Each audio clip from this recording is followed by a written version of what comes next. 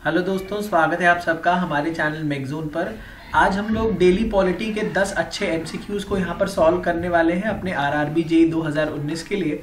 और ये हमारे जनरल अवेयरनेस का सेक्शन है और ये काफ़ी ज़्यादा इसका वेटेज भी आपने अगर सिलेबस देखा होगा तो ये हमारा 27 जनवरी के लिए आज का लेसन होगा।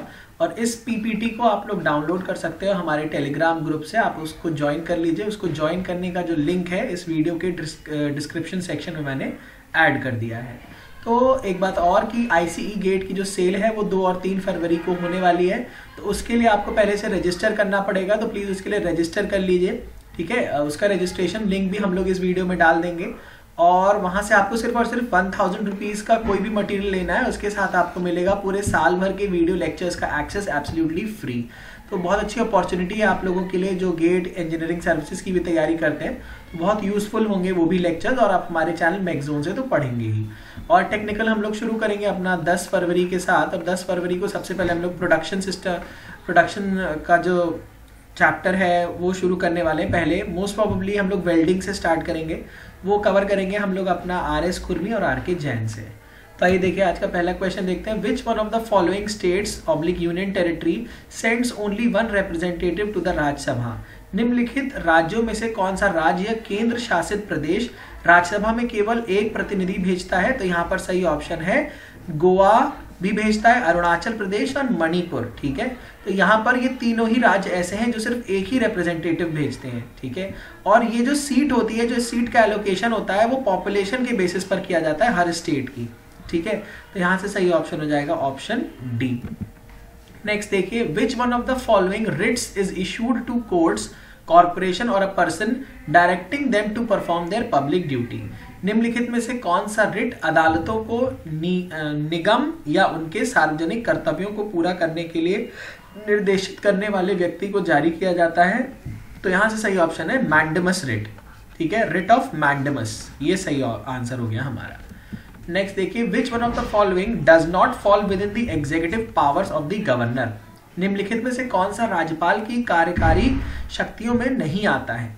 तो यहाँ पर देखिए, he makes all the major appointments of the state, he appoints only those persons as ministers who are recommended by the chief minister, he has a right to be kept informed about the decisions taken by the council of the ministers, या फिर he can dismiss the judges of the state high court। अब यहाँ पर पूछा does not fall, तो देखिए जजेस को डिसमिस करना उनके अंडर में नहीं होता, तो he cannot dismiss the judges of the high court, वह राज्य के उच्च न्यायालय के न्यायाधीशों को बर्खास्त नहीं कर सकते।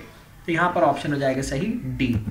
नेक्स्ट देखिए, the legislative council can delay the enactment of a money bill for a maximum period of. विधान परिषद अधिकतम डैश अवधि के लिए धन बिल के अधिनियम में देरी कर सकती है। तो यहाँ पर मैक्सिमम जो है वो 14 डेज हो सकता है, ठीक है, 14 दिन की ही देरी की जा सकती है। यहाँ से सही ऑप्शन हो गया हमारा ऑप्शन ए।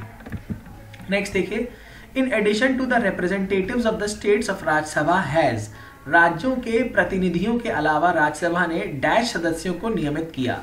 कितने हो गए? 10 नॉमिनेटेड मेंबर्स हो गए, 12 नॉमिनेटेड मेंबर्स हो गए, 5 नॉमिनेटेड मेंबर्स हो गए या नो नॉमिनेटेड मेंबर्स हो गए। तो यहाँ पर सही होगा हमारे 12 नॉमिनेटेड मेंबर्स हो गए, ठीक है। और ये किस फील्ड से होते हैं? Art, literature, science, social services. तो इन फील्ड से लिए जाते हैं 12 मेंबर्स, ठीक है। और इनका टर्म कितना होता है? 6 ईयर का टर्म्स होता है, ठीक है। 1/3 ऑफ द मेंबर्स जिसमें से हर 2 साल में रिटायर हो जाते हैं।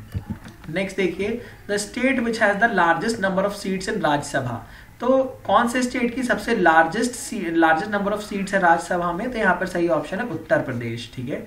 तो राज्यसभा को काउंसिल ऑफ स्टेट्स भी कहते हैं या अपर हाउस भी कह देते हैं, लोकसभा को लोअर हाउस कहते हैं। तो यूपी की 31 मेंबर्स हैं and they are indirectly elected by the state legislatures of Uttar Pradesh. तो ठीक है, यहाँ पर सही ऑप्शन हो गया उत्तर प्रदेश। नेक्स्ट देखिए, MNREGA scheme has been launched as a part of implementing which one of the following articles of Indian constitution. MNREGA योजना भारतीय संविधान के निम्नलिखित अनुच्छेदों में से किस एक के आधार पर लागू की गई है? तो ये हमारा आर्टिकल 47, ठीक है, मनरेगा है, आर्टिकल 47 के बेसिस पे लागू की गई है। नेक्स्ट देखिए, the first amendment to the constitution carried out in 1951 related to. संविधान में डैश से संबंधित पहला संशोधन 1951 में किया गया था। तो यहाँ पर सही ऑप्शन है protection of agrarian reforms in certain state. कुछ राज्यों में कृषि सुधारों का संरक्षण करने के लिए हमारा पहला अमेंडमेंट किया गया था भारत के संविधान में सन 1951 में। ठीक है, यहाँ से सही ऑप्शन हो जाएगा ऑप्शन सी।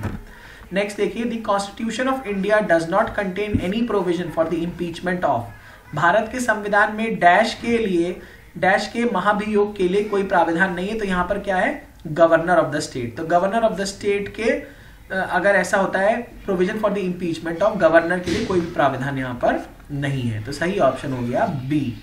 लास्ट क्वेश्चन देखिए यहाँ पे, how many types of emergencies have been envisaged under the Indian constitution. Bharat संविधान के तहत कितनी आपातकालीन स्थितियों पर विचार किया गया है। तो यहाँ पर है 3 आपातकालीन स्थितियां होती हैं। ठीक है, मेनली 3 इमरजेंसीज होगी। पहली होती है नेशनल इमरजेंसी, फिर होती है स्टेट इमरजेंसी और तीसरी होती है फाइनेंशियल इमरजेंसी। और इनके आर्टिकल्स भी याद रखने हैं।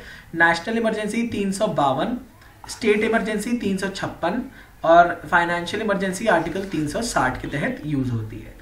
तो इसी के साथ हमारा ये वाला भी लेसन फिनिश होता है। और आईसी गेट की वेबसाइट को जरूर से विजिट करिएगा। वहां पे आप सिर्फ और सिर्फ 1000 का मटेरियल लेने पर पूरे साल भर के वीडियो लेक्चर्स आपको एब्सोल्युटली फ्री ऑफ कॉस्ट मिलेंगे। So thank you so much.